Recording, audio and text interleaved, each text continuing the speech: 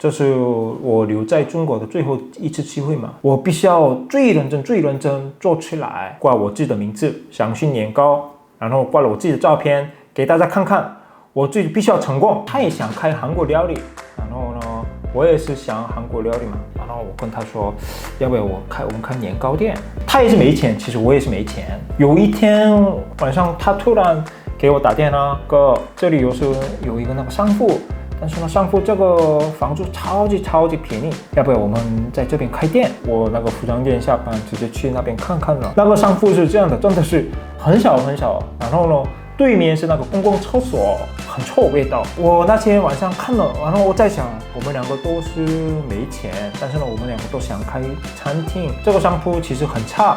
但是呢，如果这次不调整，我觉得感觉没有下次的机会。然后我跟他说，你明天早上写合同吧，我们开吧。然后发现了，我不知道那个年糕怎么做。年糕如果做的话可以做，但是呢，我要卖的呀，对吧？然后我在想，找一下我妈，然后我给我妈打电话说了，妈，我想开餐厅，这个商铺已经都定下来了，已经签名了，但是呢，我不知道那个年糕怎么做。如果妈你不告诉我的话，我真的做不出来，你必须要告诉我现在回韩国。然后呢，我自己一点有带现金嘛，现金我全部给了那个以前那个合伙的那个弟弟，先开始装修吧，我回去那个学一下那个年糕，直接过去了那个首尔那边，首尔明洞那边有一家那个以前那个很有名年糕火锅店，几百块的那个年糕打包了，跟我妈说，妈，这个是那个首尔那边的最有名的那个年糕。然后呢，我跟我妈就是2个星期，后来研究好了，我妈叫我这个米饭带过来那个中国开那个年糕店。我开店的之前，装修什么的开的时候，一直拍视频发微博。然后后来其实很多人期待什么时候开，10年前杭州这边没有真的外国人开，特别是下沙这里根本没有年糕店，一开始就是排队了，所以天天来采访，我也是挺努力了，还有我的合伙人还有我们的员工，大家都其实挺努力了，还是非常感谢他们。那时候也大家都很努力的。现在我们卖的那个炸鸡、披萨，其实都是我自己学的，回韩国学回来的。餐饮是这样的，你如果很多人觉得开餐饮带了那个师傅就是让他做就好了，但是这个我觉得绝对不能这样做，以后他就随便搞，就是你管不了他。现在我们店的每个菜都是我自己学回来，然后教员工了。我的目标是不是开加盟？但是呢，后来另外一个合伙人进来，然后开始加盟，什么都很难受我跟合伙人分开，觉得这个不能随便乱说。反正我2个人的想法不一样，他们的目标跟我的目标是不一样的，所以不能在一起一起工作我是这样想的。现在，但是以前我特别难受，所以现在已经都过去了。他们给我了一家那个亏本的这一家店。之前的合伙人他们是全部钱什么都全部拿走了。后来我在想，我钱什么的，这个是我没有了，但是呢，人在我身边，所以我觉得还是做出来了。开店之前我其实没钱嘛，车也都卖掉了，这个是最后一次机会。之前我跟那个员工他们讲过，很多我们员工是从那个中国很农村那边来的，他们都说没有坐过飞机。我跟他们经常说，以后公司好的话，我带你们去那个韩国旅游，坐飞机。这次这个开店了，我真的失败。我做不出来的话，我就是感觉骗人，所以我决定了，韩国是去不了，他们没有护照什么的，我带他们去厦门玩，坐飞机去厦门玩几天了，这个也是给我了很大的影响。然后呢，后来我开了那个我想去年糕，我们店里很多挂了我自己的照片什么的，他们都觉得，这个老板怎么挂了自己的名字什么什么的。但是呢，我想告诉你们为什么，我已经离开了合伙人。然后呢，我在想，如果这个是我人生最后一次机会，如果做不出来的话，我肯定要回韩国，这是我留在中国的最后一次机会嘛，我必须要最认真做出来，挂我自己的名字，想去年糕，然后挂了我自己的照片给大家看看，我自己必须要成功，故意挂了我自己的名字，想给一点压力。这个是我去韩国餐饮公司，他们会那个别人培训，然后呢，我是一个老板嘛，然后去那边打工，然后学习怎么做服务什么的，我回来了很多，努力是。我是真的，我还努力了，但是呢，我觉得比我努力的人更多，我还是算我觉得运气好。我身边的那个员工朋友我们的顾客他们都是人超级好，对我的好，所以我觉得我运气来了我真的非常真心非常感谢我周边的人、身边的人，我还是运气好，所以2016年这样慢慢做起来了，开了，这是第2家店，我开了那个炸酱面店嘛。别人都是这样想的，开店，比如说年糕店成功了，当下一个也开年糕店，厨房设备怎么做都是已经知道了，但是呢，我就喜欢挑战，所以我别的身边的那个韩国那个朋友有做餐饮的。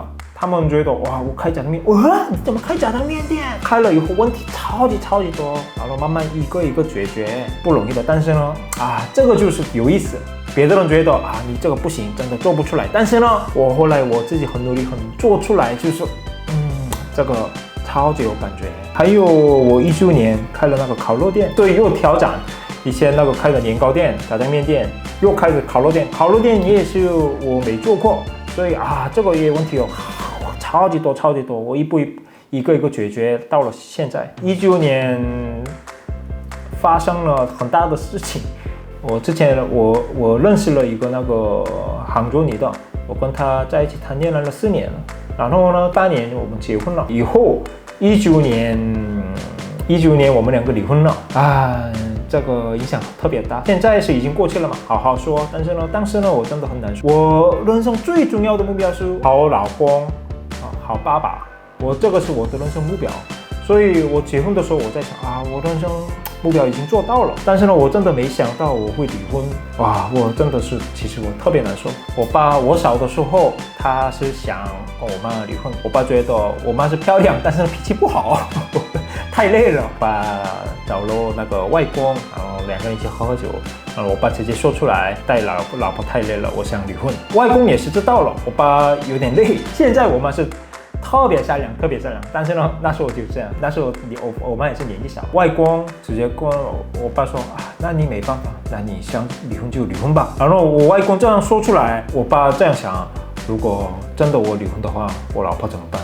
她一个人怎么活？爸突然就很担心，然后就是我爸决定了，还好在一起吧。然后后来我爸说，儿子，你们年纪小的时候，我很想跟你妈离婚，但是呢，后来全部都过去了，现在你们都长大了，现在跟你妈的关系特别好，我们2个现在很幸福，还好我跟你妈还没有离婚。这个我在韩国的时候，我爸讲过一次，然后这个影响也特别大。我是后来在想，如果结婚以后有矛盾什么的，我一直在心里在想我爸一样，这个事情好好解决，好好过，或者是好好过时间的话，肯定会好，没关系，我等着吧，我是这样想。但是呢，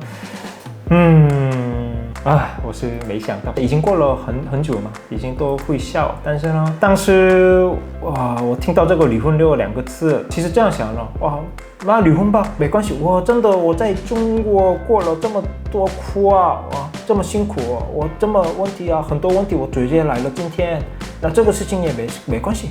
其实我不会放在心里。第2天我想去上班，然后去上班走路的时候，路上就是哭出来。然后这个不行，我肯定还受不了，我直接去了公园，就是我喜欢有个下山公园2个小时一直在哭。然后呢2个星期我没上班我太难受了那时候。然后慢慢就是过去了嘛。我谈恋爱的时候也是一直一点带过来那个爱情这种谈恋爱的书，我其实买了很多。大家好好谈恋爱的时候快乐就是不看，然后后来2个人矛盾的时候呢，就是太累了就不想看了。然后呢，后来我分手了，开始疫情我出不去，然后一直在家里一个人在中国真的太难受了。过了几个月慢慢恢复一下，这种爱情怎么谈恋爱怎么结婚生活这种书一本一本拿出来，一个人在家里看看，一直在读，有的时候真的一边哭一边看。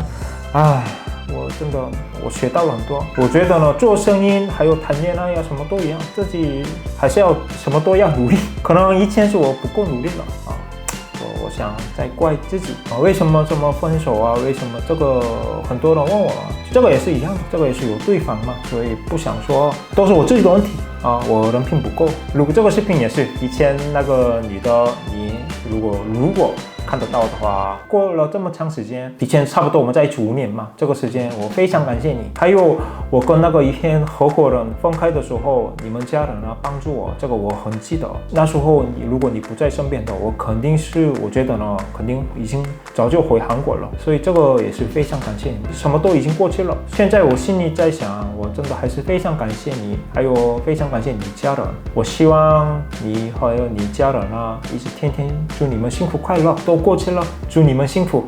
진실의 방으로 상큼하게 터져볼래? 我就努力一下，所以我会努力的，你们相信我。幸福第一。